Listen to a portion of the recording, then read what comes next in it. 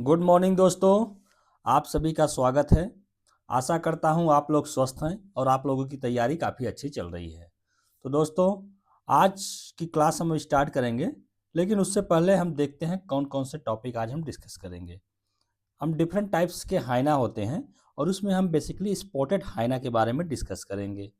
Autonomous district council, जो कि काफ़ी न्यूज़ में भी रहता है क्योंकि ये 6 शेड्यूल के अंतर्गत बनाया गया है। हम इसके पूरे फीचर्स देखेंगे कि आप फीचर्स क्या हैं, इसके वर्क क्या हैं। और उसी प्रकार एक है नियोडीमियम आयरन बोरान मैग्नेट्स, एक परमानेंट मैग्नेट है, इसको भी डिस्कस करेंगे। प्रोसोपिस जूलीफ्लोरा, ये आपका एक इन्वेसिव प्लांट स्पीसीज है। तो आखिर हम देखेंगे कि इसका इंट्रोडक्शन इंडिया में कैसे हुआ और ये हमारे लिए बेनिफिशियल है कि हार्मफुल है, इकोलॉजिकली रूप से ये क्या कर रहा है, कितना डिस्टर्बेंस क्रिएट कर रहा है, हमारे नेटिव स्पीसीज को कैसे प्रभावित कर रहा है। साथ ही साथ मेथेन के बारे में डिस्कस करेंगे, जिसको आप जानते हैं क्या बोलते हैं हम लोग, मार्स गैस बोलते हैं, जो बेसिकली आपका जो पैडी फील्ड है, वेटलैंड्स हैं, वहाँ से रिलीज होता है एटमॉस्फेयर में। वर्ल्ड हैप्पीनेस रिपोर्ट डिस्कस करेंगे, वर्ल्ड हैप्पीनेस रिपोर्ट के बारे में। लॉगर हेड टर्टल्स जैसे यूकेलिप्टस नेरियम ओलियांडर प्लांट्स के बारे में। और एक इम्पॉर्टेंट है आइसोटोप एनालिसिस, इसको भी डिस्कस करेंगे, आखिर इसका यूज क्या है। और एक्सपोसम। तो ये इतने हमारे आज की हेडिंग्स हैं जो बेसिकली हम ये चीज़ें डिस्कस करेंगे। तो दोस्तों चलिए फिर क्लास को स्टार्ट करते हैं, लेकिन उससे पहले एक रिक्वेस्ट है। अभी जो भी नए हैं, अगर आप लोग पहली बार आए हैं चैनल पे, तो आप लोग अपना फीडबैक ज़रूर दीजिए। जो भी कमियां हैं या जो भी अच्छाइयां हैं, वो चीज़ें ज़रूर कमेंट बॉक्स में बताइए। साथ ही अपने साथी दोस्तों को भी शेयर करिए। चलिए दोस्तों क्लास को स्टार्ट करते हैं। देखिए स्पॉटेड हाइना बेसिकली हम डिस्कस करेंगे। तो टाइप्स ऑफ हाइना की अगर बात करें तो देखिए एक स्पॉटेड हाइना है जिसकी बॉडी में देखिए स्पॉट बने हुए हैं, इसीलिए इसको क्या बोलते हैं, स्पॉटेड हाइना। ब्राउन हाइना, जैसा कि नाम से ही समझ में आ रहा है, ब्राउन कलर। स्ट्रिप्ड हाइना, यहाँ पे इसकी बॉडी में देखिए स्ट्रिप बने हुए हैं ना, इसलिए इसको स्ट्रिप्ड हाइना बोलते हैं।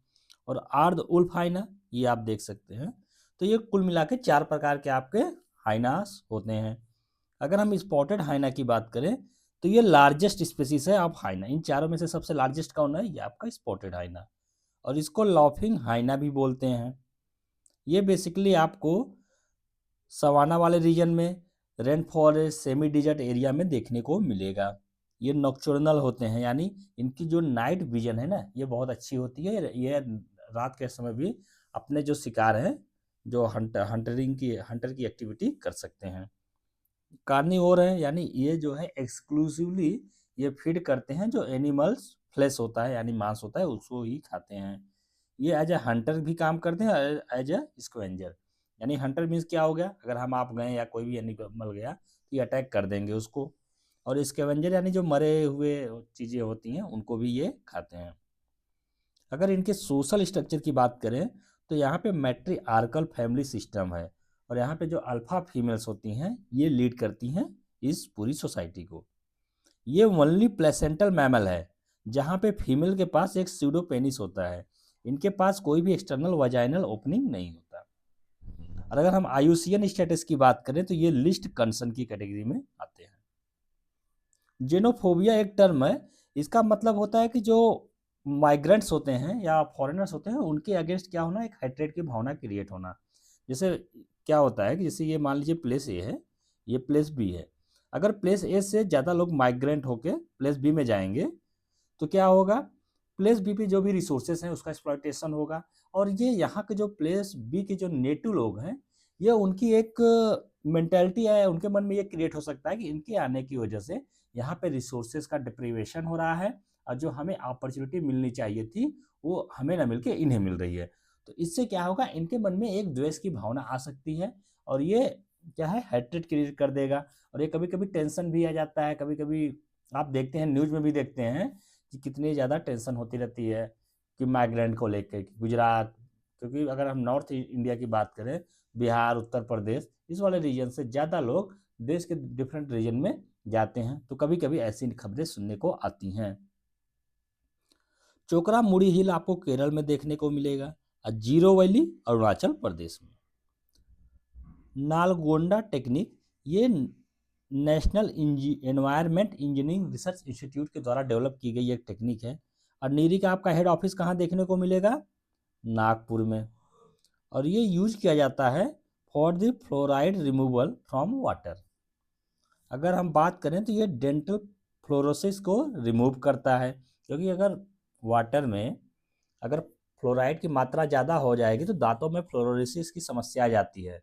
तो इस समस्या को रोकने के लिए हमें क्या करना पड़ेगा? वाटर से जो फ्लोराइड की क्वांटिटी है उसको रिड्यूस करना पड़ेगा। और इसके लिए हमको कौन सी टेक्निक अभी डेवलप किया है नीरी ने? नालगोंडा टेक्निक।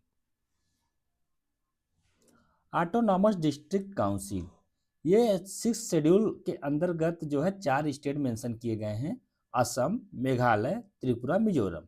अब इसको याद आप कर लीजिए, तामेमी स्टेट। तामेमी स्टेट मतलब त्रिपुरा, असम, मेघालय, मिजोरम। ये 4 स्टेट का जो एडमिनिस्ट्रेशन होगा ये through the autonomous district council के थ्रू होगा। और ये ऑटोनॉमस डिस्ट्रिक्ट काउंसिल का जो कॉन्सेप्ट है ना, बेसिकली ये बारदोली कमेटी के रिपोर्ट के बेसिस पे है। अब गोपाल बारदोली आप जानते हैं कि असम के पहले क्या थे? पहले चीफ मिनिस्टर थे। इन्हीं ने ही इस कमेटी को लीड किया था और इनके रिकमेंडेशन पे ऑटोनॉमस डिस्ट्रिक्ट काउंसिल की शुरुआत की गई। अब ऑटोनॉमस डिस्ट्रिक्ट काउंसिल की अगर बात करें तो ये क्या करेगा? ये जो ट्राइबल इंटरेस्ट हैं किसी भी एरिया में, खासतौर से इन 4 स्टेट में, उनको प्रोटेक्ट करेगा और एक एडमिनिस्ट्रेटिव ऑटोनॉमी प्रोवाइड करेगा ट्राइबल्स कम्युनिटीज़ को कि वो जो उनके खुद के मैटर्स हैं like land, customs, local administration, वो खुद से डील कर सकें। एडीसी में अगर आपको देखना है तो टोटल इसमें 30 मेंबर्स होते हैं, मैक्सिमम 30 हो सकते हैं, होते नहीं हो सकते हैं, मैक्सिमम। और इसमें से 30 में से आपके 26 जो होंगे क्या होंगे? इलेक्टेड होंगे। और ये थ्रू दी एडल्ट फ्रेंचाइज, जो कि आर्टिकल 326 में मेंशन है संविधान के। और 4 लोग नॉमिनेट किए जाएंगे by governor of that concern state. अब इससे क्या आप यहाँ देख रहे हैं कि 26 लोग चुने गए, तो ये एक डेमोक्रेटिक रिप्रेजेंटेशन को दर्शाता है। और 4 लोग नॉमिनेट किए गए गवर्नर के द्वारा, तो ये 4 लोग कौन होंगे? गवर्नर किसको नॉमिनेट करेंगे? जो लोग एक्सपर्टीज होंगे उन्हीं को तो करेंगे गवर्नर। तो इससे देखिए एक्सपर्ट भी इंक्लूड हो जाते हैं इस कमेटी में। मेंबर का जो टेन्योर है 5 साल होता है और इस टेन्योर को एक्सटेंड भी किया जा सकता है, लेकिन अंडर सरकमस्टेंसेस, मतलब कुछ ऐसी सिचुएशंस आ गई कि जिस टाइम पे इलेक्शन नहीं हो सकता तो उस टाइम पे टेन्योर एक्सटेंड तो करना ही पड़ेगा ना। तो इसलिए ये प्रोविजंस आप मैक्सिमम जगह देखेंगे कि under certain circumstances this can happen, that can happen. अगर हम पावर और फंक्शन की बात करें एडीसी की, तो एडीसी के जो लेजिस्लेटिव मीन्स क्या होता है? रूल बनाना। तो ये एडीसी रूल बना सकते हैं ऑन दी, जैसे लैंड, फॉरेस्ट। लेकिन फॉरेस्ट में जो रिजर्व फॉरेस्ट होते हैं ना, इससे संबंधित ये रूल एंड रेगुलेशन नहीं बना सकते। कस्टमरी लॉ, जो उस ट्राइबल कम्युनिटीज़ के जो भी कस्टम से संबंधित रूल एंड रेगुलेशन है उसको भी ये बना सकते हैं। और उनकी सोसाइटी में ट्राइबल्स की जो भी ट्रेडिशनल हेड्स हैं, चीफ हैं, उनका अपॉइंटमेंट भी कैसे होगा ये भी एडीसी डिसाइड करेगा। सोशल एंड कस्टमरी लॉ की बात करें तो एडीसी रेगुलेट करेगा कि प्रॉपर्टी का इनहेरिटेंस, मतलब पेरेंट्स से बच्चों में प्रॉपर्टी किस प्रकार डिस्ट्रीब्यूट होगी। मैरिज और डाइवर्स से रूल एंड रेगुलेशंस क्या होंगे। विलेज कोर्ट्स, यानी कोई भी अगर इनडिसिप्लिन एक्टिविटी करता है या कुछ गलत काम करता है तो ऐसे केसेस में उसको वहाँ के जो कस्टमरी जस्टिस सिस्टम है खासतौर से ट्राइबल्स की, उसके अकॉर्डिंग एक विलेज कोर्ट एस्टेब्लिश की जाएगी जो कि एडीसी करेगा। और एडीसी खासतौर से उसको रेगुलेट भी करेगा, वहाँ पे ऐसी चीज़ें डिस्कस की जाएंगी। एडमिनिस्ट्रेटिव की बात की जाए तो ये इस्टेब्लिश करेंगे और मैनेज करेंगे जो प्राइमरी स्कूल्स हैं, डिस्पेंसरी, रोड्स, मार्केट्स, फेरीज। और ये रेगुलेटरी अगर इनकी बात करें तो ये जो मनी लेंडिंग, जैसे ट्राइबल्स एरिया में जो लोग रह रहे हैं उनको भी तो मनी की आवश्यकता होगी, तो ऐसे केसेस में ये रूल एंड रेगुलेशन बनाएंगे कि अगर वो नॉन ट्राइबल्स लोग जो कि एक तरह से सिटी वाले लोग हैं, अगर ये लोग उन लोगों को मनी लेंड कर रहे हैं तो उस केस में कैसे उसको कंट्रोल किया जाए, तो ये एडीसी ही रूल बनाएगा। लेकिन यहाँ पे एक कैच है, एडीसी बनाएगा लेकिन गवर्नर का अप्रूवल लेना पड़ेगा इस केस में। एडीसी के अगर रेवेन्यू सोर्स की बात करें तो ये जो ट्रेड होता है, प्रोफेशन, व्हीकल्स, एनिमल्स, इन सब पे भी ट्रेड्स लगता है। अगर जैसे फेरीज लगा है वहाँ से टैक्स कलेक्ट किए जाते हैं। एंट्री का गुड्स का एंट्री हो रहा है मार्केट से, तो ऐसी जगहों से टैक्सेस का कलेक्शन किया जाता है by the ADC. Neodymium iron boron magnet, ये स्ट्रॉन्गेस्ट परमानेंट मैग्नेट है। आप जानते हैं मैग्नेट कहाँ कहाँ यूज होता है, आपने पढ़ा होगा ना, इलेक्ट्रॉनिक, जैसे आप अभी जिस रूम में पढ़ रहे हैं उसमें फैन है, अगर आप फैन खोल खोल के देखेंगे ना तो उसमें भी मैग्नेट लगा है। जो आपका स्पीकर है, स्पीकर भी तो मैग्नेट से मिलके बना होता है। और उसी प्रकार आपका लैपटॉप, आईफोन, मतलब हर जगह मैग्नेट का यूज होता है, ये जान लीजिए आप। इसके जो कंपोजिशंस हैं इसमें देखिए नाम से ही पता चल रहा है, आपका नियोडीमियम होगा, आयरन होगा, बोरान होगा, और कुछ ट्रेसेस ऑफ एलिमेंट्स होते हैं जैसे आपका कोबाल्ट, ये ठीक है। इसका स्ट्रक्चर टेट्रागोनल है और 3 टाइप के ये बनाए जाते हैं, neodymium iron boron magnet. Sintered, जो कि स्ट्रॉन्गेस्ट होता है, बॉन्डेड, चीप और फ्लेक्सिबल, हॉट प्रेस्ड, नो इसमें कोई भी मतलब जो हैवी रेयर अर्थ एलिमेंट्स हैं इंक्लूड नहीं होता है। ये सिंटर्ड जो ये 3 टाइप के मतलब डिस्कस कर रहे हैं हम, ये बेसिकली डिपेंड करता है कि जब इसकी प्रोसेसिंग है, खासतौर से इसको जब मैन्युफैक्चर किया जा रहा है तो उस केस में क्या प्रोसेस अपनाया जा रहा है, इनको फाइनल आउटपुट किस शेप में मिल रहा है, ये इसके टाइप को डिटरमाइन करता है। इलेक्ट्रिक मोटर में भी देखने को मिलेगा, विंड टर्बाइंस, ये इसका काफ़ी जगह उपयोग मिलता है। अर्थ ये जो आपका नियोडीमियम आयरन बोरान मैग्नेट्स है। प्रोसोपिस जूलीफ्लोरा, ये प्लांट की एक एलियन स्पेसीज है, खासतौर से जो आपको arid and semi arid region में देखने को मिलेगा। इसका ओरिजिन मैक्सिको, साउथ अमेरिका और जो कैरेबियन आइलैंड है ना, आप देखेंगे तो उस वाले रीजन में इसका ओरिजिन माना जाता है। और इंडिया में इसको ब्रिटिशर के द्वारा इंट्रोड्यूस किया गया था लगभग 1920 के आसपास, और ये दिल्ली में किया गया था। अब ये प्लांट जो है ना, इसकी एक खासियत है कि जो एक्सट्रीम कंडीशंस होते हैं, जैसे सैलिन वाटर है, अल्कलाइन सॉइल है, तो ऐसे केसेस में ही ये ग्रो होता है। और लेकिन इसका एक डिस हार्मफुल बोलिए या गलत चीज़ बोलिए, ये क्या है कि वाटर का कंजम्पशन बहुत ज़्यादा करता है। ये 4 लीटर पर, अगर इसका बायोमास जितना होता है ना, पर केजी अगर बायोमास की तुलना करेंगे तो इसको 4 लीटर वाटर चाहिए। तो सोचिए जिस भी एरिया में आप इसको अगर ग्रो करेंगे तो वहाँ पे वाटर की अवेलेबिलिटी पे क्या इम्पैक्ट पड़ेगा। तो इससे क्या इम्पैक्ट हो रहा है, अब ये तो एक है कि इन्वेसिव स्पेसीज है, तो ये जो अगर यहाँ पे ग्रो की जाएगी इंडियन कंटिनेंट पे, तो बेसिकली ये क्या करेगा, जो नेटिव स्पेसीज है प्लांट को, उसको क्या करेगी, दबा देगी ना, आउट कम्पीट कर जाएगी, क्योंकि खुद ही रिसोर्सेज का यूटिलाइजेशन काफ़ी तेज़ी से कर लेगी। उसी प्रकार बायोडाइवर्सिटी एंड ग्रासलैंड का भी क्या होगा, लॉस होगा, क्योंकि जब ये पूरे रिसोर्सेज का यूटिलाइजेशन ये कर लेगा, ये हमारा इन्वेसिव प्लांट, तो जो दूसरे नेटिव प्लांट्स हैं उनको तो न्यूट्रिएंट्स मिलेगा नहीं, तो वो तो ऑटोमेटिक ख़त्म हो जाएंगे, और उन पे जो डिपेंडेंट्स जो एनिमल्स हैं या वो भी क्या हो जाएंगे, ta-ta bye bye. Land degradation, erosion, अब जानते हैं प्लांट अगर नहीं रहेगा तो क्या होगा, बारिश होगी तो, क्योंकि प्लांट की जो जड़ें होती हैं वो जो सॉइल को क्या है, बाइंड करके रखती हैं।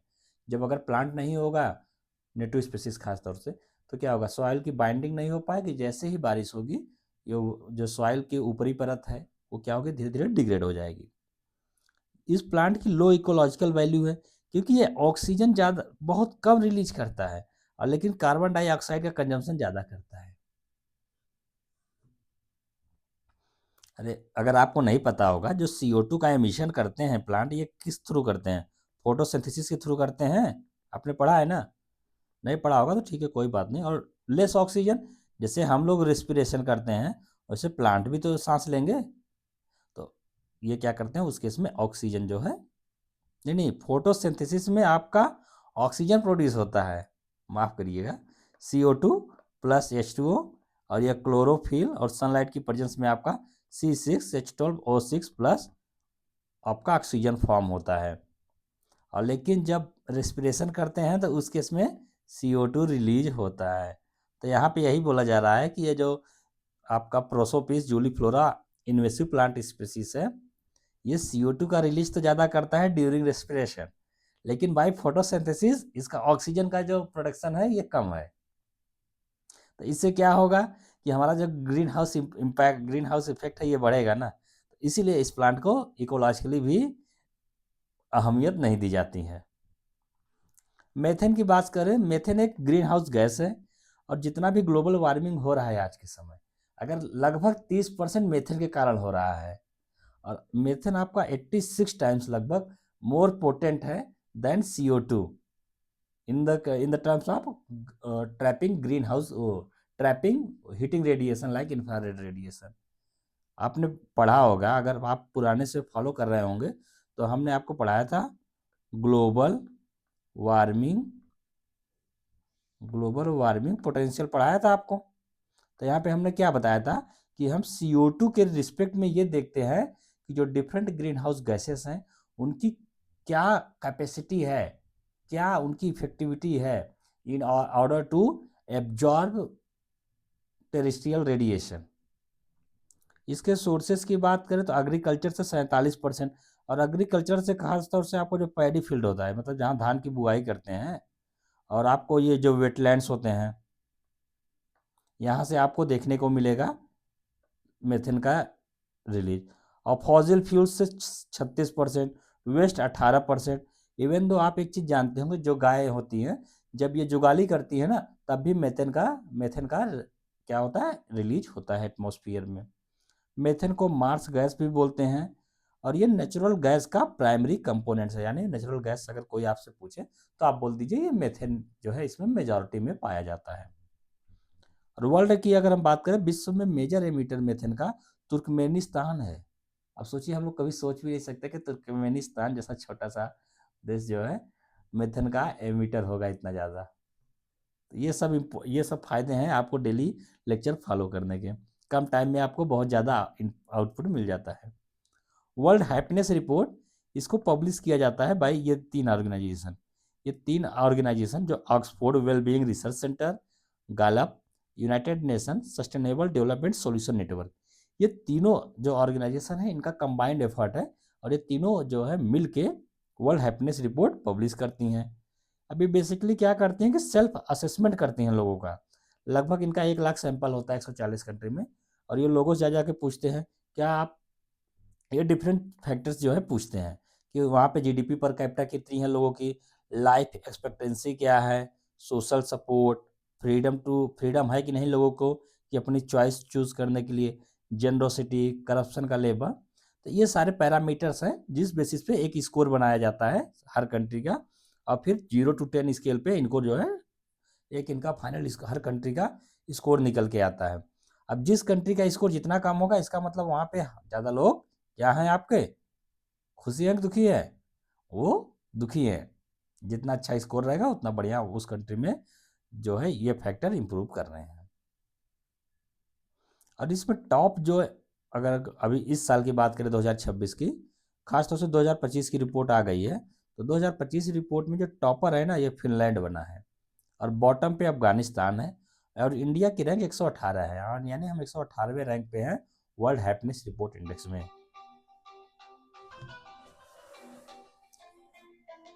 लॉगर हेड टर्टल्स की बात करें तो लॉगर हेड टर्टल एक ओमनीओरस मेरीन रेप्टाइल है, ठीक है। इसको लॉगर हेड इसलिए बोला जाता है कि इसका जो हेड है ना बहुत लार्ज साइज होता है।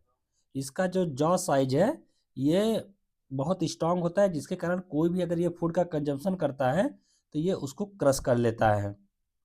और ये अगर विश्व में बात करें अगर वर्ल्ड में, तो आप देखेंगे टर्टल्स की कई वैरायटीज पाई जाती हैं, लेकिन जो लॉगर हेड टर्टल्स है ना, इसकी जो हार्ड, ये सेकंड हार्ड अब नहीं रह गया, इसको हटा दीजिए, ये लार्जेस्ट हार्ड सेल्ड टर्टल है। और अगर वर्ल्ड में सबसे बड़े हम टर्टल की बात करें तो ये आपका लेदर बैक सी टर्टल है, जो आपको अंडमान निकोबार आइलैंड है ना, वहाँ के वाटर बॉडीज में देखने को मिलेगा। और लेदर बैक सी टर्टल एक सॉफ्ट सेल जो है आपका टर्टल है, यानी उसकी बॉडी क्या है, सॉफ्ट है। अब लॉगर हेड टर्टल आपका ये अर्थ की जियो मैग्नेटिक फील्ड को यूज करता है for the purpose of navigation.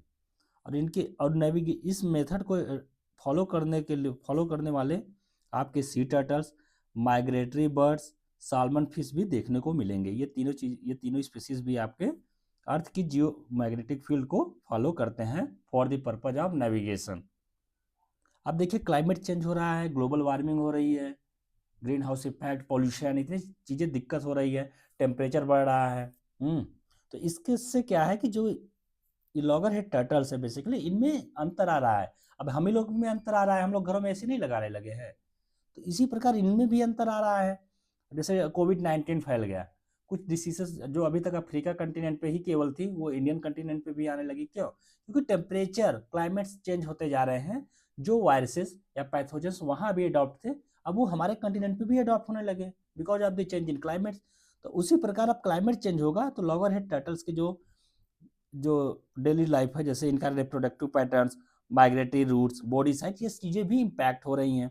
अगर हम कुछ मेजर इम्पैक्ट की बात करें, जैसे जैसे सी टेम्परेचर बढ़ रहा है तो जो नेस्टिंग साइकिल्स है ना, ये भी चेंज होती जा रही है।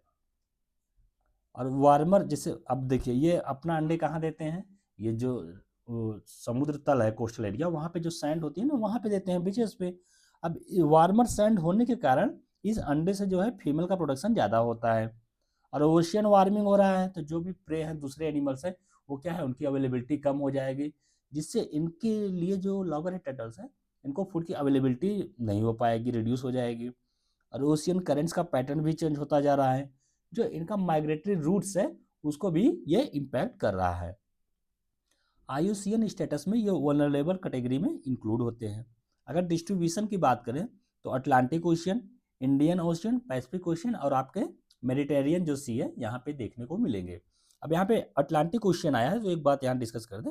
अटलांटिक ओशियन आपका एस का शेप का है, और जो नॉर्थ अटलांटिक वाला रीजन है ना, नॉर्थ अटलांटिक, ये विश्व का सबसे, वर्ल्ड क्या है, वर्ल्ड बिजिएस्ट जो है ट्रेड रूट्स है, ये आपको पता होना चाहिए। यूकेलिप्टस ट्री, यूकेलिप्टस जो प्लांट होता है, इसको जो सीवेज लाइन होती है जहाँ पे वेस्टेज वाटर फ्लो होता है, वहाँ पे इसको प्लांट किया जाता है। अब इससे क्या होगा कि यूकेलिप्टस प्लांट जो होता है ये एक्सेस वाटर जो है कंजम्पशन करता है, वेस्ट वाटर का। अब जब ये एक्सेस वेस्ट वाटर का एब्जॉर्प्शन करेंगे तो ये आप जानते हैं कि प्लांट क्या करते हैं, एवा ट्रांसपिरेशन। अब एवा ट्रांसपिरेशन के थ्रू क्या होगा, ये वाटर को अपने लीफ के थ्रू क्या करेंगे, वो एटमॉस्फेयर में रिलीज करेंगे, और ये एक फिल्ट्रेशन टेक्निक हो गई। अब एवा ट्रांसपिरेशन के थ्रू जो भी एटमॉस्फेयर में ये वेपर रिलीज करेंगे ना, ये प्योर होगा। तो इन्होंने क्या कंजम्पशन किया, वेस्ट वाटर, सीवेज वाटर, और एटमॉस्फेयर में क्या प्रोड्यूस कर दिया, pure water in the form of water vapour. और जो अगर बाद में जाके एटमॉस्फेयर में कंडेंस होगा, रेनफॉल होगी, और वापस से धरती पे आ जाएगा। अगर हम थोड़े समझदार होंगे तो हम क्या करेंगे, उस वाटर को हार्वेस्ट कर लेंगे। अगर ना समझदार होंगे तो उसको हम ऐसे ही बहने देंगे।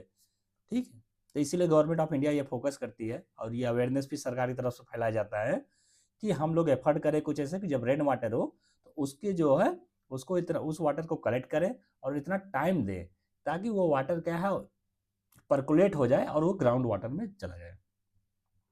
तो आप बोल सकते हैं कि जो यूकेलिप्टस प्लांट है, ये एक नेचुरल वाटर प्योरीफायर की तरह काम करता है।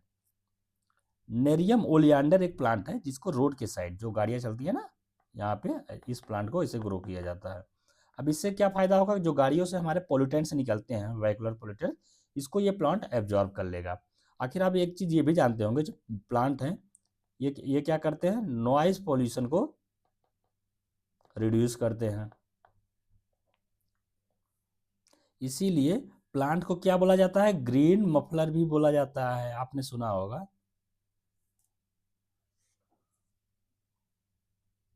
आइसोटोप एनालिसिस, जैसे हमारे फिंगरप्रिंट्स होते हैं ना, हर हमारे, आपके और आपके दोस्त, हर किसी के फिंगरप्रिंट्स अलग होते हैं, उसी प्रकार जितने भी आइसोटोप्स होते हैं या एलिमेंट्स होते हैं, जैसे एलिमेंट्स हो गया आपका, जैसे मान लीजिए अगर हम कार्बन की बात करें तो कार्बन 12, कार्बन 13, कार्बन 14, तो इनका जो कैरेक्टरिस्टिक्स होगा ना, वो भी डिफर होगा।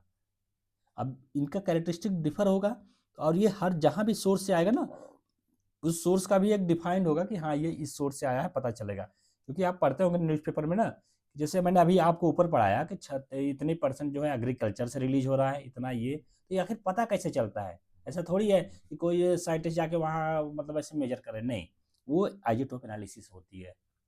जैसे हम ये आप पढ़ेंगे यूट्रोफिकेशन, तो यूट्रोफिकेशन में क्या होता है कि बेसिकली जो वाटर बॉडीज होती हैं वहाँ पे न्यूट्रिएंट्स रिच जब वाटर आ जाता है तो वहाँ पे अल्गल ब्लूम होता है, फिर धीरे धीरे एक टाइम ऐसा आता है कि वाटर बॉडीज की पूरी इकोलॉजिकल सिस्टम कोलैप्स हो जाती है, बायो।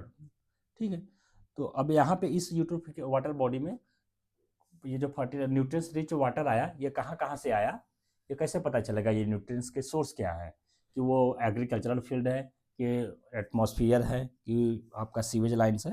तो ये सब बेसिकली आइसोटोप एनालिसिस के थ्रू ही पता चलता है। अब इससे क्या पता चला, देखिए different isotopes of same elements को स्टडी किया जाता है बाय आइसोटोप्स, क्योंकि आइसोटोप्स का मतलब ही क्या होता है कि आपका एटम नंबर सेम हो, atom number same but differ in mass number. अब मास नंबर आपका क्या होता है, जो न्यूट्रॉन प्लस प्रोटॉन, जैसे ये एटम है, एटम के अंदर आपका एक क्या है, न्यूक्लियस, तो इस न्यूक्लियस में आपके न्यूट्रॉन और प्रोटॉन पाए जाएंगे और इसके चारों ओर क्या है, इलेक्ट्रॉन जो है राउंड करते हैं। अब इसका यूजेस क्या किया जाता है, ओरिजिन कहाँ से हुआ है, एज क्या है और सोर्स क्या है मटेरियल्स की। अगर हम एग्जाम्पल के थ्रू समझें, नाइट्रोजन सिग्नेचर एनालिसिस, देखिए नाइट्रोजन की अगर हम दो आइसोटोप की बात करें तो नाइट्रोजन 14, नाइट्रोजन 15। अब इसका जो रेशियो होता है ना, ये हेल्प करता है हमको आइडेंटिफाई करने के लिए कि उसका सोर्स क्या है। अब देखिए सोर्स क्या हो सकता है नाइट्रोजन का, केमिकल फर्टिलाइजर्स हो सकता है, काऊ मैन्योर, सीवेज वाटर और नेचुरल सॉइल नाइट्रोजन, जो कि हमने नाइट्रोजन साइकिल पढ़ी थी ना, हम आगे भी डिस्कस करेंगे किसी दिन। तो वहाँ पे हमने देखा था कि नाइट्रोजन कैसे प्लांट से, एटमॉस्फेयर से होते हुए प्लांट, फिर अर्थ के जो है डिफरेंट फेजेस में होते हुए ये साइकिलिंग करता रहता है। एक्सपोसम, एक्सपोसम मतलब होता है एक्सपोजर, बस इतना समझ लीजिए, exposure of living organism in his life, मतलब पूरी लाइफ में, जैसे मैं ही हूँ, पूरी लाइफ में मेरा कितना एक्सपोजर हुआ, किस किस टाइप का एक्सपोजर हुआ, that is called as exposome. अब एक्सपोसम मतलब देखिए यही है ना, total life time exposure of an individual to environmental and genetic non genetic factors that influence health. अब ये क्या करेगा, हेल्थ को इफेक्ट करेगा ना। जैसे देखिए आप एक्सपोजर की बात करें तो एक्सटर्नल एनवायरनमेंट में एक्सपोजर हो सकता है, जैसे अगर दिल्ली में आप रह रहे हैं तो वहाँ पे एयर पोल्यूशन ज़्यादा है, टोबैको का स्मोक अगर आप नहीं कर रहे हैं तो कोई आपका पड़ोसी कर रहा है, आप वहाँ पे खड़े हैं तो वो भी तो आप इनहेल कर रहे हैं, that is also one type of the exposure. उसी प्रकार रेडिएशन, पैथोजेंस, केमिकल्स, ये आपके एक्सटर्नल एक्सपोजर हो गए। अगर लाइफ साइकिल की हम बात करें कि हमारे लाइफ स्टाइल और सोशल एक्सपोजर कैसा है, हम खाना किस टाइप का खा रहे हैं, हमारी सेडेंट्री लाइफ स्टाइल है कि एक्टिव लाइफ स्टाइल है, stress, social condition, this also impact the exposure. ये आपका एक life style and social exposure से संबंधित है। उसी प्रकार इंटरनल बायोलॉजिकल एक्सपोजर, हमारी जो बॉडीज़ है, बॉडी के इनसाइड में आप जानते हैं कि गट माइक्रोबायोम पाए जाते हैं, गट बैक्टीरिया बेसिकली, उनमें कुछ चेंजेस आ रहे हैं कि नहीं, इन्फ्लेशन, मेटाबॉलिक प्रोसेस कैसी है, ये सारी चीज़ें क्या है, इंटरनल बायोलॉजिकल एक्सपोजर है। अब देखिए इससे क्या पता चलता है कि अगर आप किसी भी डॉक्टर के पास जाएंगे तो डॉक्टर आपसे यही पूछता है ना कि भैया ये बताओ कि आपने कल क्या खाया, तो वो भी क्या है, यही पूछ रहा है ना एक टाइप का। आपका लाइफ स्टाइल एक्सपोजर पूछे, सोशल एक्सपोजर पूछेगा, एक्टिविटी करते हो कि नहीं, आप कैसे एनवायरनमेंट में रह रहे हो, तो ये चीज़ें पूछने के बाद डॉक्टर को पता चलेगा ठीक है, अच्छा ये रीजन हो सकता है कि इस रीजन से ये पर्सन जो है बीमार हो।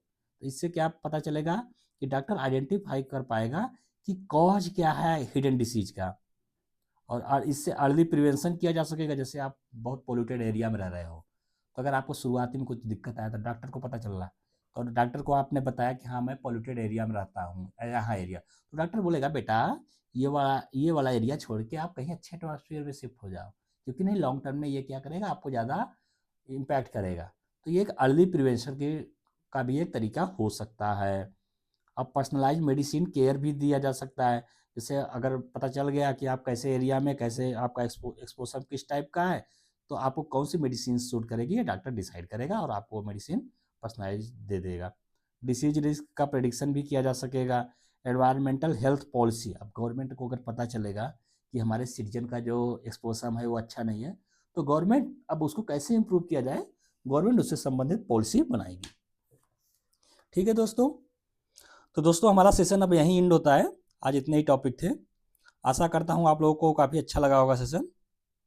थोड़ी बहुत तो कमियाँ हो सकती हैं, ये मैं भी मानता हूँ, बाकी आप लोग हौसला मेरा बढ़ाते रहिए और आप लोग भी अपनी पढ़ाई अच्छे से करते रहिए। तो चलिए दोस्तों, कल मिलेंगे इसी टाइम पे, तब तक के लिए बाय बाय।